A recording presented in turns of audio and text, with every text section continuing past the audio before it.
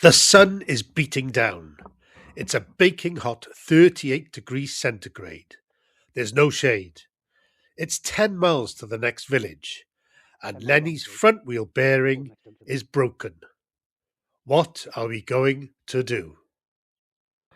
After 11 days of incredible, challenging, unforgettable motorbike riding in Spain and Portugal, Right, it's 24 miles before we turn off, but it's 48 miles to the hotel. It's an hour's ride. See how it goes. Eh? Just have to see how it goes. Yeah. That's not oil from yours, is it? Oh, you sprayed it. Just sprayed. So, In a garage. do you want to take the lead for 20 miles so that you can control your speed and all that sort of thing? Yeah, you can keep an eye on me then. And I'll just stay behind. And when we got a couple of miles to go, I'll overtake you. Have you got a spare spot? Day 11 is when it starts going wrong. We are in a random Spanish service station, the Tolocrino service station to be exact. 60 kilometers up the road, there's a hotel bed waiting for me in Valladolid. That's it, 60 kilometers, 37 miles, a 30-minute ride on a good day. But today is not a good day. I'm not sure how far we'll get today because the front wheel bearing on Lenny's bike has started falling apart. The entire trip, thousands of kilometers, it all comes down to this. A handful of tiny metal balls have decided to cause a problem, just as we approach the finishing line. It's almost cruel how perfectly the day started. Morning broke over Las Cruceras, where we had stayed the night before. Another 3 of the 8 motorbikes have gone back to the hotel hospital in Salamanca, leaving just 2 motorbikes to ride the scenic route. The plan was simple, a fun ride north to Valladolid for the night.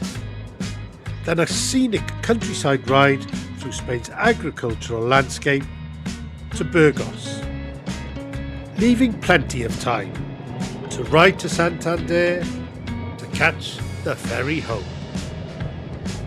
The first part of the ride was pure motorcycle heaven. We rolled over the El Bulbuilo Dam, where the water was a huge, calm sheet of blue tucked between rugged hills. It's not long before you rejoin the N403 going towards our villa.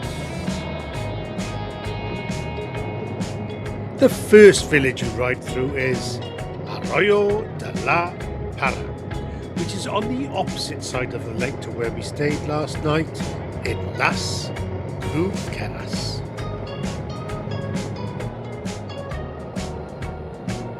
The N403 starts to snake and climb.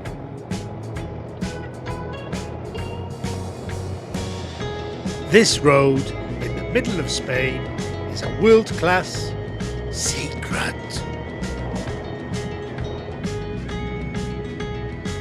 The next town you come to is El Barraco, just waking up as we ride through.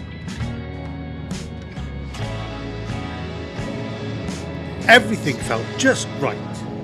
This is why we do it. This is the feeling we're all chasing. The freedom, the focus, the world scrolling past like a movie just for you. As we climbed up the N403, we were joined by a Griffon vulture watched us crawl along behind a massive, slow-moving truck. The views of the Sierra de Gredos mountains were immense. We got our chance. A clear bit of road ahead, dropped a gear and shot past the lorry. If you are enjoying the N403, please help my channel by clicking the thumbs up like button. The road climbed to one of the highest points on the N403. It felt like we were riding on the roof of Spain. We passed the town of Avila to join the faster N601 dual carriageway. Day 11 started in the beautiful Las Criqueras campsite on the shores of the lake in El Tiemblo. It's not long before we ride through the sleepy town of El Barraco, where we get stuck behind a truck on the N403 going towards Avila. We have ridden 100 kilometres and have pulled over in a service station in Tolocrino on the N601. This is where Lenny tells me for the very first time that the seal on his front wheel bearing is breaking down. There are 60 kilometres to the Hotel Ibis in Valladolid. And it's 24 miles before we turn off, but it's 48 miles to the hotel. An hour's ride. Eh? See how it goes. Yeah. That's not oil from yours, is it? Oh, you sprayed it.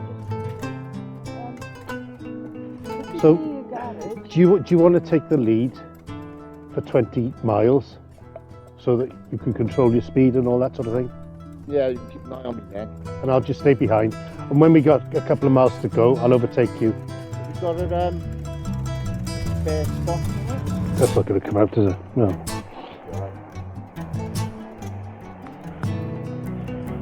Len, let me just drink this water. If we can only just get to the hotel, we'll be in a city, not on the side of a road. We'll have options, but we have to get there first. Yeah, go on. Okay. The bearing is lubricated with WD-40 and we continued the 60 kilometres ride, hoping to get to our hotel in Valladolid. We finally get to Valladolid. We were in the city. We'd made it. Straight over there. That's the hotel there. That's the hotel. I don't know, there's a lot of Michelin signs around, but they don't do bearings. It should be alright to find the garage here.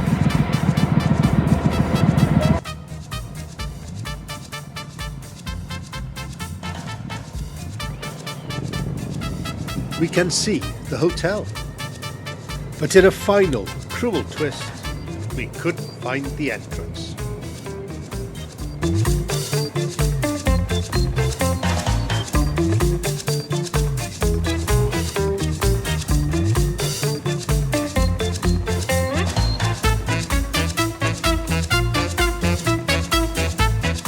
How'd you get in there? There's no entry sign. In the garage, is it? Okay.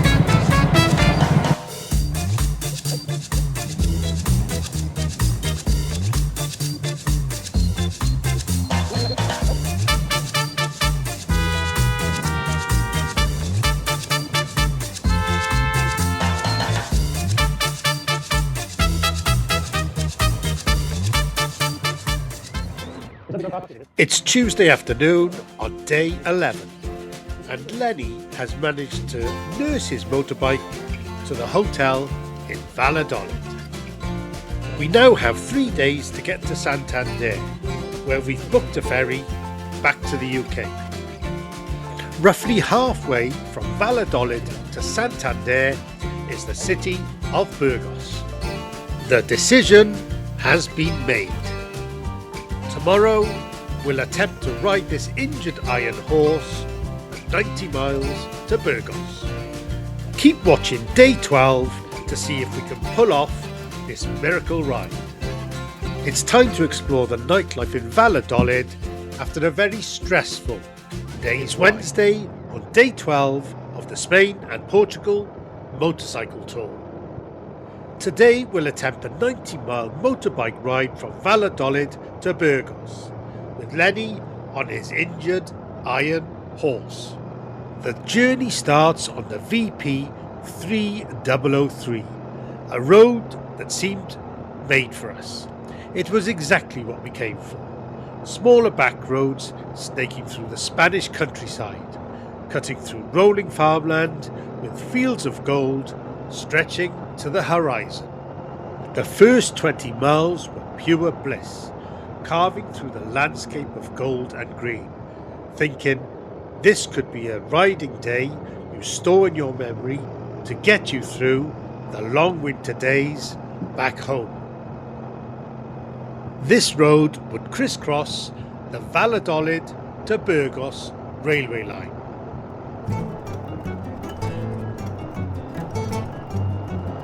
There are 70 miles to Burgos and Lenny has pulled over. The seal on his front wheel bearing was broken. The wheel was loose on its axle and wobbling uncontrollably. The seal is breaking down, is it? It's starting to disintegrate.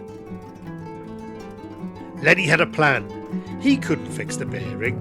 The goal was just to stop the catastrophic wobble. The plan was to reduce the side-to-side play. Then Lenny might be able to limp the 10 miles to the next village. The side of the road became our operating room. The Spanish sun acted as a merciless surgical lamp. The temperature was 38 Celsius, nearly 100 Fahrenheit.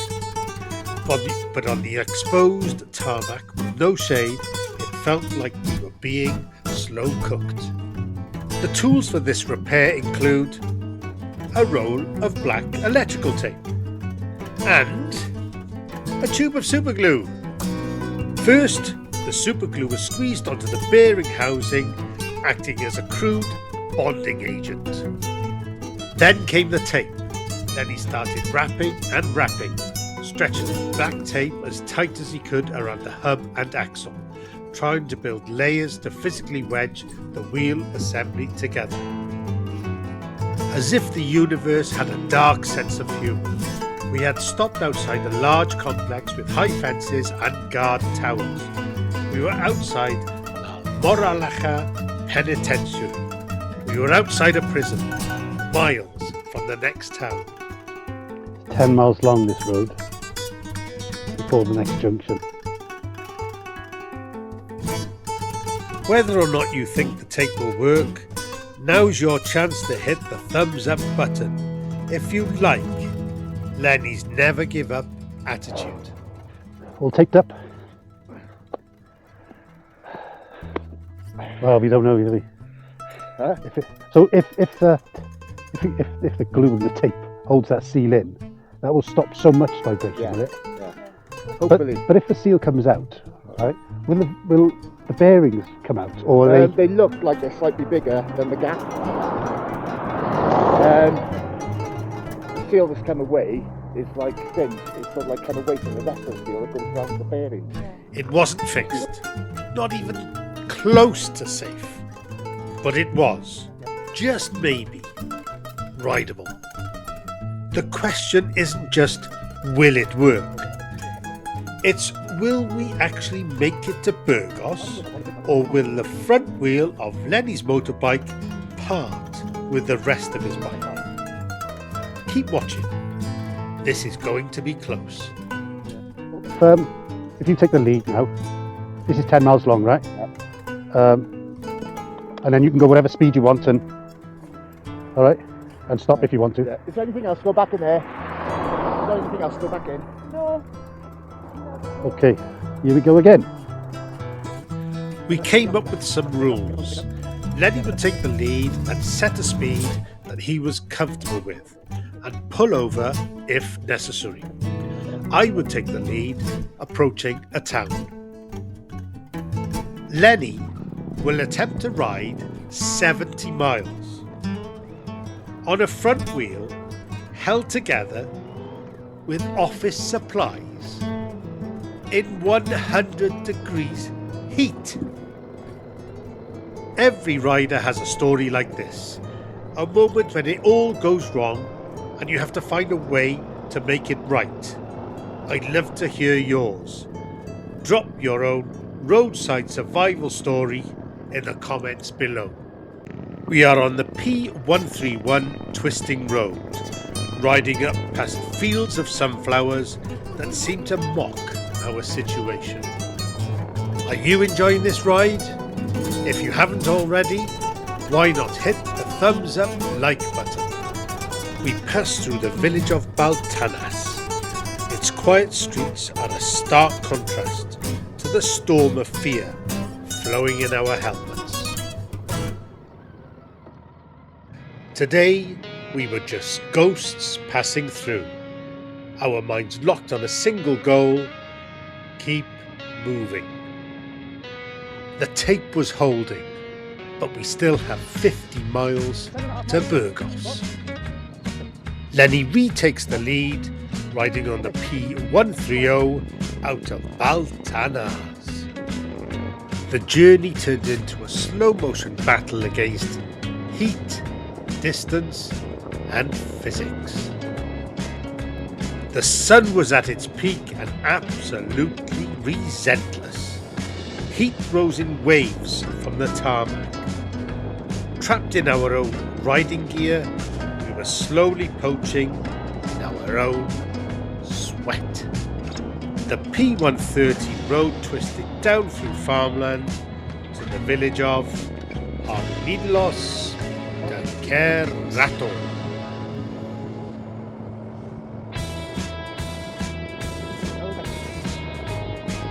After what felt like an eternity, we finally arrived at Torquemada, a town whose name means burnt tower, which felt way too appropriate. Torquemada has a junction to join the A62 motorway. It was a difficult choice, but the motorway was the most direct route to Burgos, a straight shot of about 40 miles.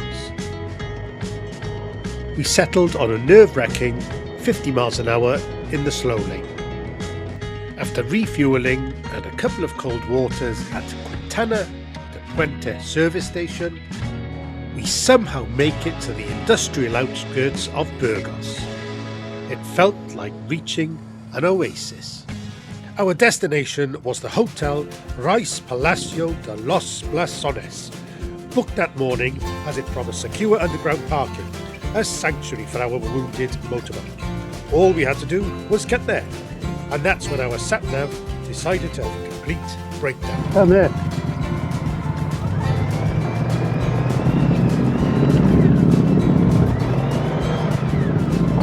We were excited.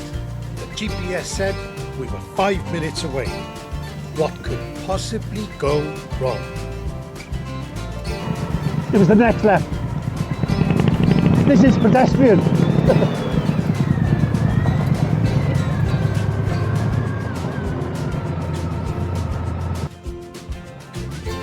Modern apartment blocks slowly became these grand, century-old buildings with fancy iron balconies. You can feel the history here. It's in the cobblestones under your wheels and in the ancient city walls. Our hotel is smack in the middle of this historic Burgos centre, just a stone's throw from that cathedral ahead.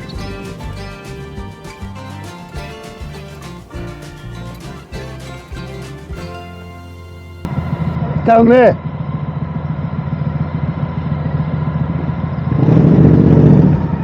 It's down there. Down there, is it? Yeah, there's bollards there with a red light. Can you see it? Follow that road, it's down there. I don't know whether to... You could go up there and stay right. I think it's right because Try up there, right? Hey? The guy's supposed to go up there. Yeah, we'll have to go up there, okay? A red light means stop. and a giant metal pole in the road means you really stop. We're guests in this city, and the last thing we wanted was a massive fine or a very awkward chat with the local police. He wants us to go back in that way. It's obviously closed during the day.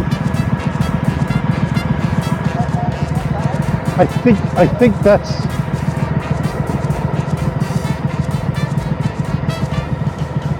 I don't know if it's one way up there. Hey? Any cars facing that way up there?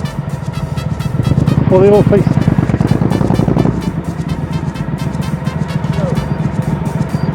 My sat nav is telling me to go that way, but the hotel's down there.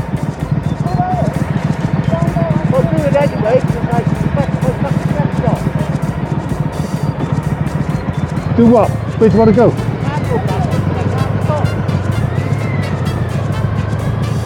Yeah, there's no entry up that way. Oh, yeah. We turned away from the hotel entrance into the Burgos Backstreet Labyrinth.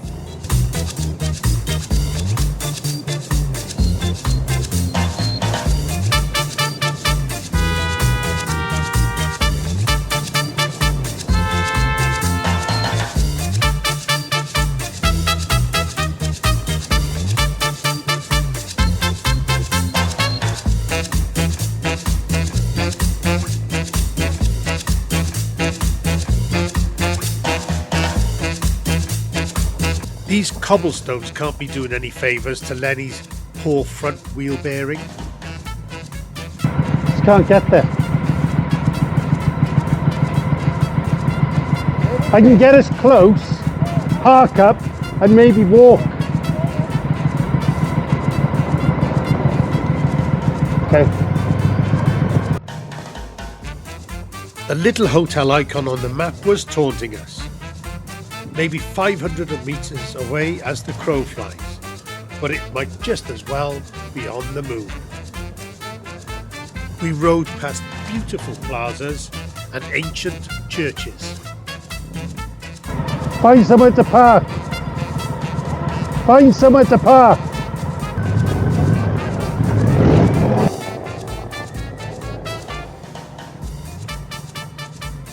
Try down there.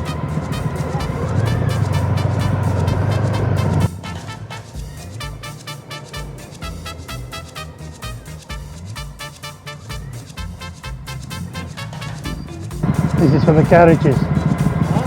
This is for access for the garages.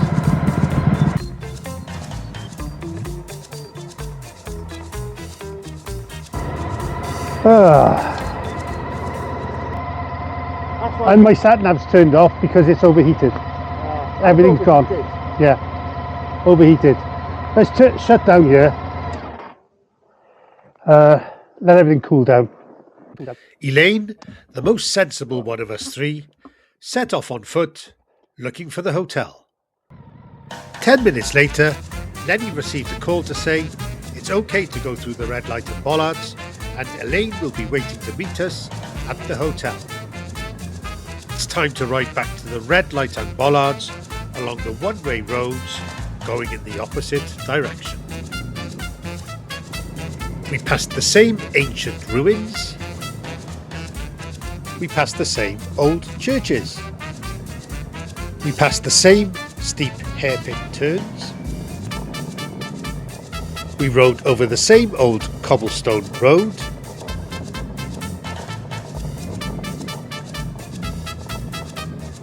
And we passed the same confusing one-way junction.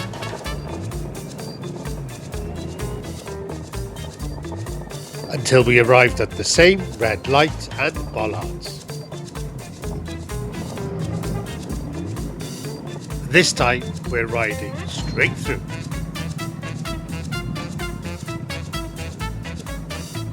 At the end of the road, at the end of the road. This isn't a pedestrian-only zone. It's a controlled access zone designed to let authorised vehicles through, which includes motorbikes. Stop. Have you ever had a moment like this? where your sat-nav is telling you one thing and your brain is telling you that's insane. Let me know your story in the comments. I really hope I'm not the only one.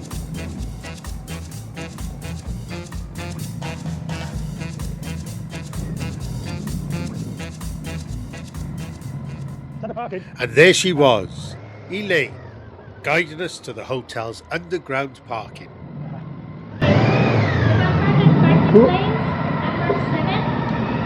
Parking number 7. Number 7, second floor underground. Okay? Okay. All Number right. 7, second floor underground. Right. Okay. Yes, on -2. Okay. -2. Number 7. Lead the way. Thanks for coming along on this unforgettable motorbike adventure. Lenny, with his motorcycle held together with super glue and black tape, has somehow managed to get to the hotel in Burgos. We're a day ahead of schedule, so tomorrow, day 13, is spared to explore this incredible city. We have another 90-mile ride to meet up with the other 6 motorbikes in Santander. What can possibly go wrong? To see what other chaos this Spain and Portugal motorcycle tour threw at us, make sure to hit the subscribe button, and I'll see you in part 6. Believe me, day 12 was just the beginning. Thanks for watching, ride safe, and always, pack a roll of black tape. Back brake. Oh yeah, I've got a back brake, But you gotta use your feet. yeah. Right, let's turn all this off and go and check in.